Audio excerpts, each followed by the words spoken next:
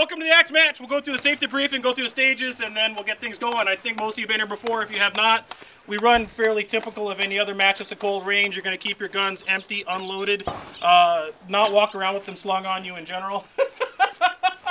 It's okay, I know what you're doing. But anyways, when you're walking stage to stage, keep them pretty much held upright. Don't sweep others. And the RO or match director will tell you when you're on the stage. They will call you up and they will tell you when to load and when to unload. So at that point, we're going to make sure everything's cold. Does everyone understand the concept and idea of the cold range for a match? All right, so otherwise, when you're not dealing with your guns, don't really handle or fold or spindle or mutilate them unless you need to do something in the safety areas, which are in specific bays. That bay right there is the red safety area. The safety area in the other bay, and there's one in the wash. You can do anything you need to with your guns over there if you have a malfunction or problem or not the shooter on deck, okay? All right, otherwise, we keep the standard safety concerns. Don't break the 180. That means your muzzle doesn't go past that invisible plane of the 180 left or right. If you do, or if you get close to it, the RO will probably yell at you. If you do break it, that is a DQ. So please don't do that. That kind of sucks.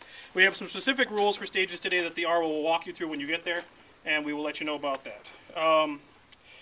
There are new rules for 2011. We are not enforcing them this month. We will start enforcing them next month.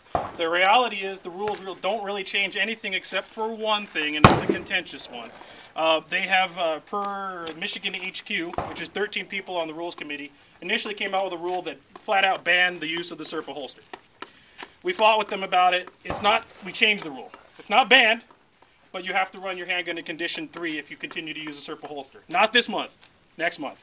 What that means is you'll start with a magazine, essentially condition 3, an empty chamber, bolt forward, magazine inserted. When you pull the gun out of the holster, you'll essentially, Israeli style, you're going to rack the slide chamber around. If you need to reholster, you'll drop the magazine, run the slide, empty the gun, dry fire, and then reholster. A lot of 3-gun matches do it that way. It's not the end of the world. It doesn't stop you from using the holster, but it is something that kind of sucks. So we tried to get the rule actually completely removed. We didn't succeed in that, but what we did do is change it to be a condition 3 situation, so it's not banned entirely. Keep aware of that. Otherwise, you can look at the rules on axeshooters.com. Nothing significant. Pretty much the course of fire, stages, scoring, everything stayed the same. So that's a good note in that regard. All right, anyway, stage 1. Shooter will start in position 1, which is directly behind that barrier there that Kelly's standing behind. His rifle will be loaded on safe. As I stated, he said holding, it'll say behind barricade, holding fully loaded rifle on safe. Rifle may be held however shooter desires. Whatever that means to you. At buzzer, shooter will engage each piece of steel with 2 hits each from underneath the barricade. Not around the corners, not on the sides, underneath. Whatever that means to you. Yeah, underneath. So that could be prone, that could be kneeling, could be whatever works for you.